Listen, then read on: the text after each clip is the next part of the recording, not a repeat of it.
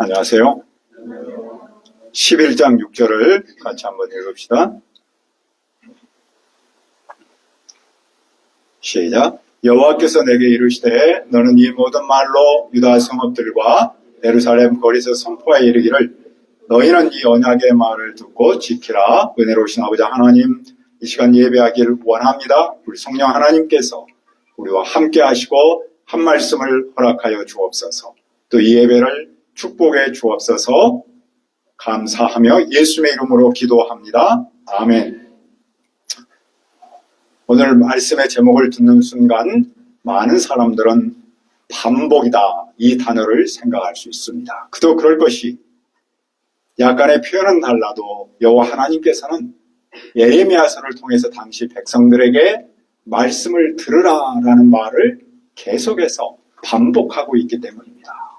그렇다면 여호와 하나님께서는 왜 그 백성에게 계속해서 들으라라고 말씀하실까요? 그리고 오늘 우리에게는 무슨 의미가 있을까요? 첫째, 언약은 관계이며 책임입니다. 하나님은 예레미야에게 말씀을 주시면서 명하셨습니다. 이 언약의 말씀을 듣고 유다 사람과 예루살렘 주민들에게 말하라. 여기서 언약이란 하나님과 그분의 백성이 맺은 거룩한 약속입니다. 그런데 그것은 단순한 약속이 아니라 서로에 대한 의무와 책임이 담긴 계약입니다. 그것은 마치 결혼 서약처럼 인격적이며 지속적인 헌신을 요구합니다. 그 백성이 언약의 말을 듣지 않으면 어떻게 됩니까? 이스라엘 여호와 하나님께서 말씀하셨는데 그 언약의 말을 따르지 않는 사람은 저주를 받습니다. 이 언약은 무엇입니까? 11장 4절을 보십시오. 이 언약은 내가 너희 조상들을 새 풀무 애굽 땅에서 이끌어내던 날에 그들에게 명령한 것이라. 곧 내가 이르기를 너희는 내 목소리를 순종하고 나의 모든 명령을 따라 행하라. 그리하면 너희는 내 백성이 되고 나는 너희의 하나님이 되리라.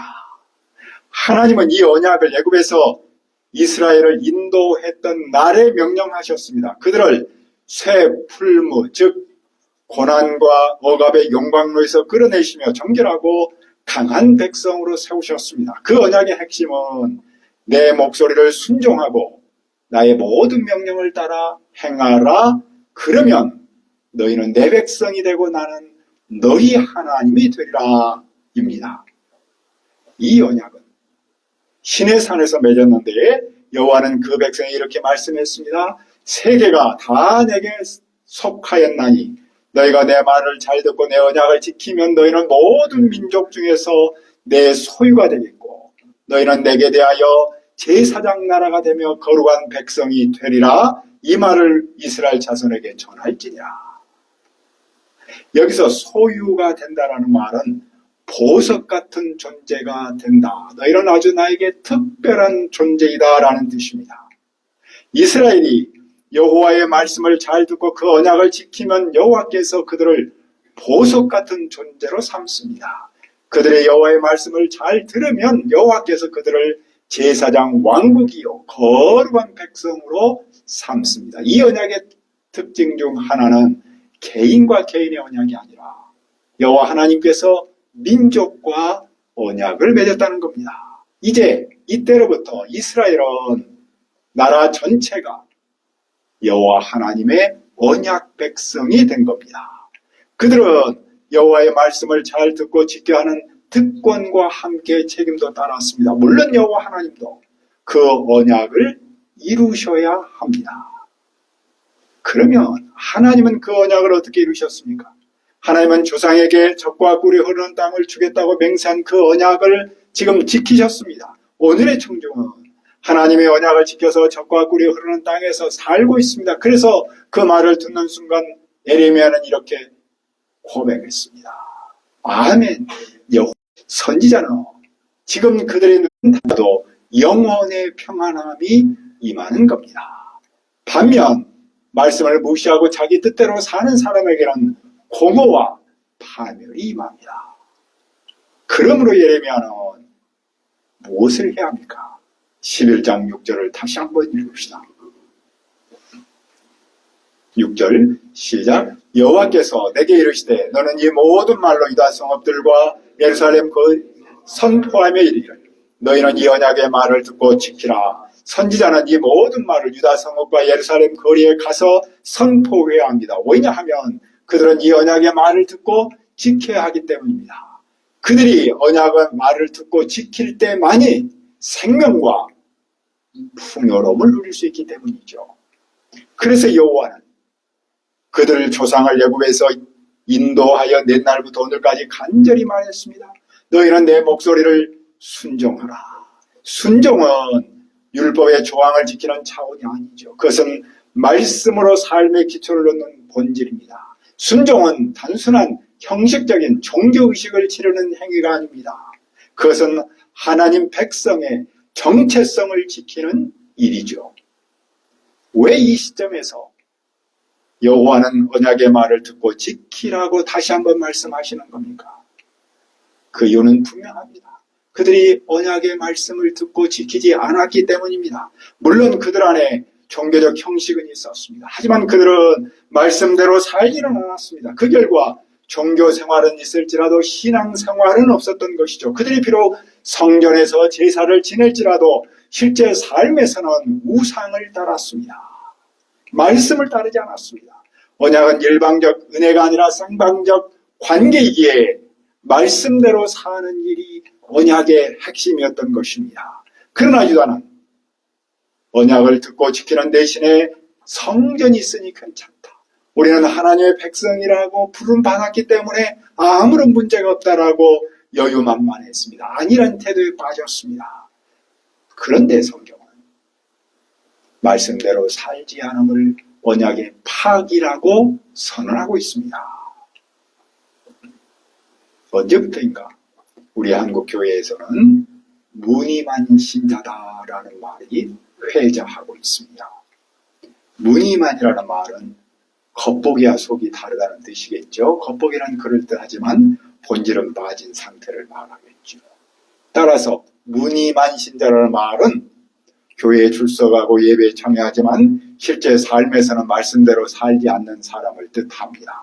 이 문제가 심각한 이유는 두 가지일 수 있어요. 하나는 스스로 속임의 영적인 생명이 없이 그냥 살아간다는 데 있고, 다른 하나는 복음의 거룩성과 복음의 신뢰성을 훼손하여 전도의 문을 막는다는 데 있겠죠. 오늘 우리는 수많은 정보와 가치관이 혼재하는 시대에 살고 있습니다. 특별히 내가 원하는 것, 내가 옳다고 여기는 것에 따라 살기 쉬운 시대입니다. 그런데 이 시대에 하나님은 우리에게 거듭해서 말씀하고 있습니다. 내 언약의 말을 듣고 지키라. 우리는 하나님의 말씀을 단지 지식으로만 받아들이기 쉽습니다. 하지만 하나님은 우리가 그 말씀을 듣고 지키는 삶을 살기를 원하십니다. 하나님은 우리가 말씀을 단순한 정보로 지식 전달로 원하지 않습니다. 우리가 말씀을 마음으로 경청하고 삶의 내비게이션으로 받아들여서 그렇게 실제로 살아가기를 바라십니다. 왜냐하면 바로 그렇게 살 때, 언약의 말씀을 듣고 지킬 때 거기에 생명의 풍성함과 생명이 있기 때문입니다. 그러나 그 백성은 어떻게 했습니까? 둘째, 언약 파기는 심판으로 나타납니다. 유다 백성은 순종하지 않았고 귀를 기울이지도 않았습니다. 그들은 악한 마음에 완악한 대로 행했습니다. 여호와께서 그들에게 행하라 명령하였어도 그들은 행하지 않았습니다. 그래서 여호와는 그 언약 규정대로 그들에게 벌을 내렸습니다. 여호와 이스라엘은 언약을 맺었을 때 이런 조항을 넣었습니다. 이 율법의 말씀을 실행하지 아니하는 자는 저주를 받을 것이요 모든 백성은 아멘 할지니라. 하지만 유대인과 예루살렘 주민 중에 반역이 있었습니다. 그들은 여호와의 말씀 듣기를 거절한 조상의 죄악으로 돌아가서 다른 신들을 섬겼습니다. 하나님과 맺은 언약을 파기했고 관계의 기반인 말씀 듣기를 거절했습니다. 그들의 반역은 다름 아닌 여호와의 말씀을 거절하고 다른 신을 섬긴 데 있었습니다. 그러므로 여호와께서 그들에게 재앙을 내리는데 그들이 그 재앙을 피할 수 없습니다. 그들의 여호와께 부르짖어도 여호와께서 듣지 않습니다. 더 큰 비극은 그들이 섬기는 다른 신들에게 가서 구원을 요청했지만 그 신들이 그들을 구원하지 못한다는 겁니다. 유다 백성은 성읍의 수만큼, 예루살렘 거리의 수만큼 그 수치스러운 물건의 제단, 즉 바알에게 분향하는 제단을 쌓았습니다. 그러므로 선지자는 이 백성을 위해서 여호와께 기도하지 말아야 합니다. 왜냐하면 그 고난으로 여호와께 부르짖어도 듣지 않기 때문입니다. 그러니까 우상을 섬기면서 하나님 여호와께 기도해도 아무 소용이 없다는 겁니다. 그런데도 여호와의 사랑을 받은 그들은 많은 악한 음모를 꾸몄습니다. 여호와의 집에서 거룩한 제물 고기로 제단을 피하려고 했습니다. 그들은 바알을 섬기면서 성전에 나와 제사를 지냈습니다. 그들은 여호와께 용서를 구하면서 동시에 바알에게 농사의 복을 구했던 겁니다. 즉 그들은 신앙의 이중성을 보였던 것이죠. 그러니까 그들에게 여호와의 신앙은 또 하나의 보험이었고 재물은 거래였고 하나님은 수단이었던 것입니다. 그러나 하나님은 겉이 아니라 속을 보시죠. 재물보다 중요한 것은 재물을 드리는 마음입니다. 이런 이중성과 외식은 하나님 앞에 가증한 겁니다. 따라서 그들은 구원의 기쁨을 맛볼 수가 없는 겁니다.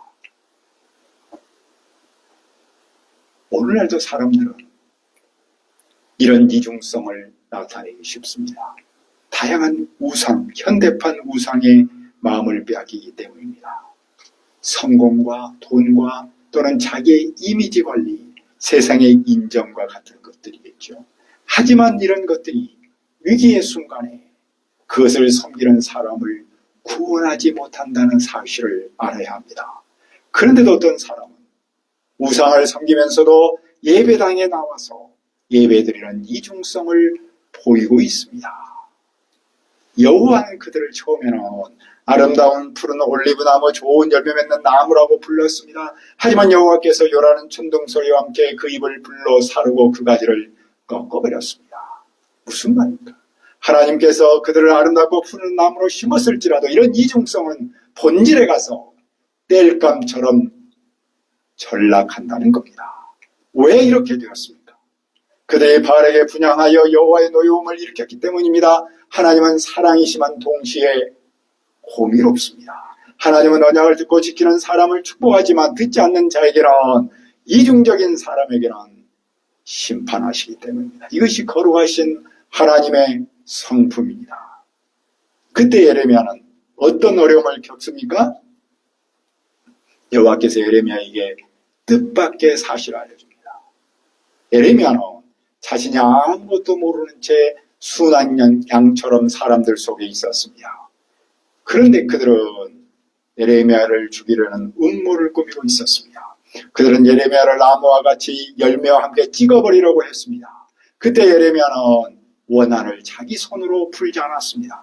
그는 공의로 심판하시며 사람의 속마음을 감찰하시는 만군의 여호와께 자기 사정을 토로했습니다. 주님, 그들에게 안갚음하는 모습을 보고 싶습니다. 그는 자신의 억울함을 하나님의 정의에 맡겼습니다. 하나님은 그 음모의 중심에 예레미야의 고향 아나도 사람이 있다는 사실을 깨우쳤습니다. 그들은 하나님의 이름으로 예언하지 말라고 협박하며 선자를 제거하려 했습니다. 그들을 향한 하나님의 선언은 단언합니다. 그들의 청년들은 칼에 죽으며 자녀들은 기근에 죽고 살아남을 자가 없습니다. 하나님의 진노는 단지 예레미야 개인에 대한 박해가 아니었습니다. 그것은 하나님의 말씀을 거절한 그들의 죄악이 있었습니다. 하나님은 언약을 파기한 자들에게 심판의 책임을 짓습니다. 그때 선지자는 여호와께 무엇을 묻습니까? 12장 1절에서 이렇게 말합니다.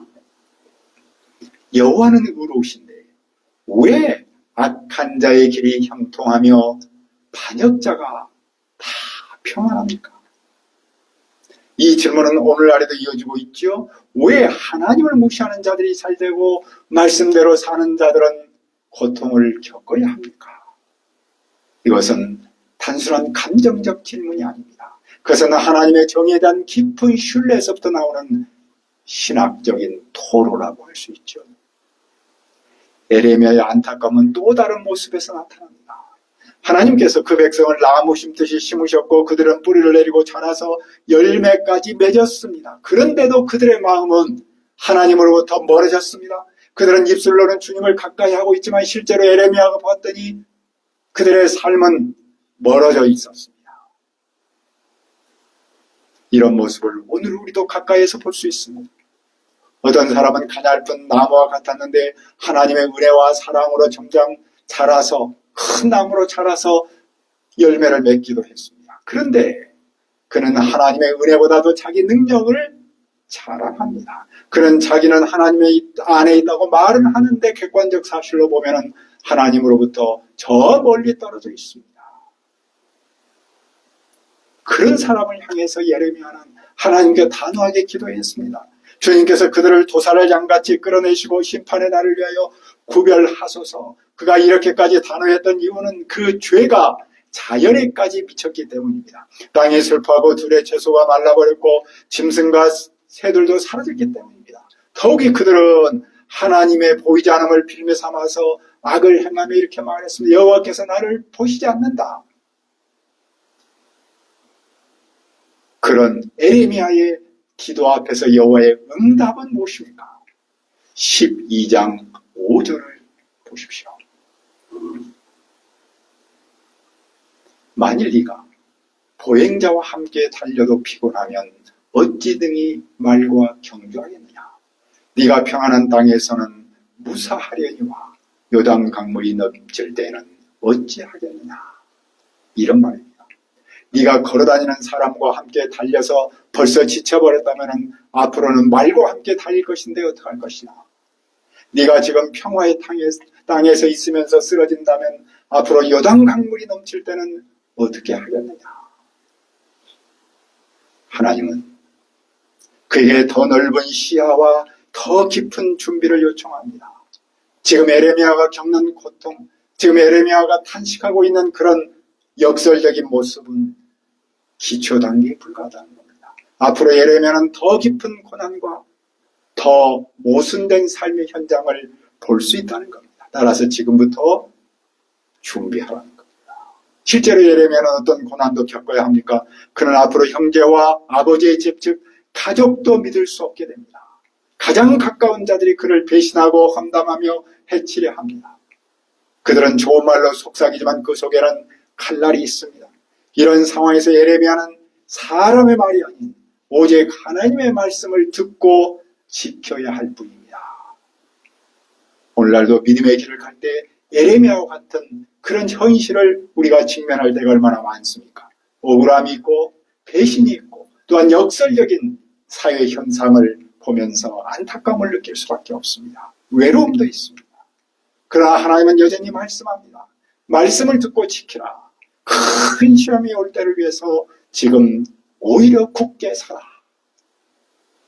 하나님은 오늘도 우리에게 이 언약의 말을 듣고 지키라라고 거듭 말씀하십니다. 그것은 단지 형식이 아니라 말씀과 삶을 일치하는 실제적인 순종을 원하십니다. 그것은 삶의 현장에서 하나님과의 관계를 유지하며 풍요와 생명을 누리는 길이기 때문입니다. 우리가 언약의 말씀을 듣고 지켜서 무늬만 신자가 아닌 겉과 속이 같아서 이 세상 속에 영향력을 끼치는 신자로 자라기를 기도합니다. 은혜로우신 아버지 하나님께서 오늘도 우리에게 이 언약의 말을 듣고 지키라라는 말씀을 주십니다. 그것은 단지 형식이 아니라 말씀과 삶을 일치하는 실제적 순종이며 삶의 현장에서 하나님의 관계를 유지해서 풍요와 생명을 누리는 겁니다. 우리가 언약의 말씀을 듣고 지켜서 무늬만 신자가 아닌 겉과 속이 같은 영향력 있는 신자로 살도록 도와주옵소서. 감사하며 예수님의 이름으로 기도합니다. 아멘.